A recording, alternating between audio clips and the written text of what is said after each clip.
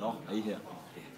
Jeg skal jo fremlægge om digtet Foster, Klaus Rifbjerg, fra digtsamlingen Under vejr med mig selv, som handler om Klaus Rifbjergs liv helt fra undfangelsen og så videre op igennem teenageårene og så videre. Foster er digt nummer 2 i hans digtsamling, og det vil jeg lige starte med at læse op. Festlig måde at opleve himmelbjerget. Som en natugle sidder jeg med varme øjne i mørket. Jeg er Fosterfisk, en lille gummimand med gælder under mors hjerte. Vi er på vandretur i Jylland, og Horsens ane gennem en navle. Rystende af latter sætter jeg fødderne hårdt mod maveskinnet. De komiske damer på vejen. Klokkehat, klokkefår.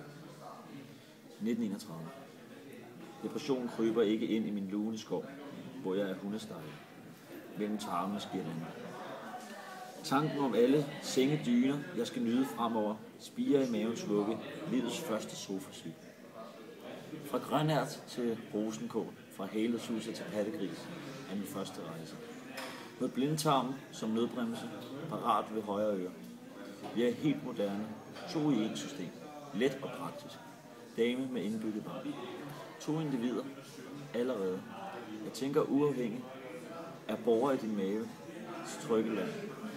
Med min egen private have ligger stå. Hvorfra jeg ser din aorta rejse sig med livs fareste filedon. Ja, det var så digtet Foster, og digtet Foster er jo et meget legende og beskrivende digt på den måde, at det er ikke sådan, om der er lagt en fast plan eller orden over, hvordan det skal være. Det er skrevet i 6 strofer med forskellige antal vers, og det gør, at vi får den her legende og ikke særlig ordentlig eller planlagt effekt. I digtet Foster, der ser vi en rejse fra at være ingenting til at blive et levende menneske og være det, som Klaus Rifbjerg er i dag. I hvert fald, til han kommer ud af moren. Vi ser rejsen som et symbol på hele livet og ens første rejse, som danner en det menneske, man bliver. Vi ser det som noget, man skal være glad for, en gave, som man kan gribe, i stedet for at være ked af. Inde i maven, der bliver det hele fremstillet meget idyllisk. Hele Klaus Rifbjergs verden bliver fremstillet uden problemer. For eksempel i digtet, der har vi jo, hvor det bliver beskrevet, at han bliver født i 1931, og der ved vi, at der var i gang med en stor depression, som bredte sig fra USA. Depressionen, som han siger i maven, eller ja, siger han jo inde i maven, ligger han slet ikke mærke til, fordi han ligger inde i den lune skov inde i maven. Og der han er simpelthen beskyttet inde i maven fra moren, eller i moren, beskyttet for alt ondt i omverdenen. Alt det digte bliver fremskrevet meget sådan humoristisk og metaforisk med mange sammenligninger. For eksempel så ser vi, at han sammenligner tarme med girlander og bruger blindtarmen som en håndbremse. Mange af tingene ved vi jo godt nok ikke kan lade sig gøre. Og den måde, som han beskriver det at være et foster, er jo meget mere detaljeret, end i hvert fald at Foster nok oplever selv. Så han har nok lagt lidt oveni, men vi får et godt og sjovt indblik i, hvordan det kan være at være i. Der er mange, som sagt, metaforer og sammenligninger, og nogle af dem, det kan fx være, at underkvaliteten beskrives det som 2 i 1 system, let og praktisk, dame med indbygget barn. Igen her, der beskriver noget så smukt som at være mor med barn, som noget bare praktisk og hurtigt anlagt, som det jo også var moderne i den tid, 1930'erne og 20'erne. Igen bruger han noget konkret og noget daværende fra den tid, og passer det ind i hans digt, så det bliver nutidigt og sjovt og legende.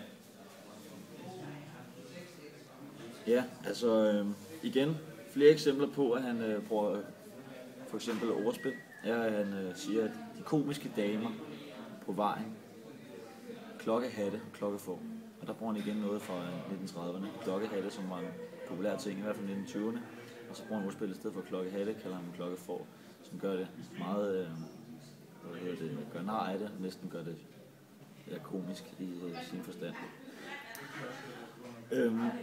I digtet, der ser vi også, at han som sagt har den her rejse fra grønært til rosenkål, fra haletuse til pattegris. En grønært er jo, som sagt, tidligere næsten ingenting, og udvikler sig hele vejen videre til rosenkål, haletuse til pattegris.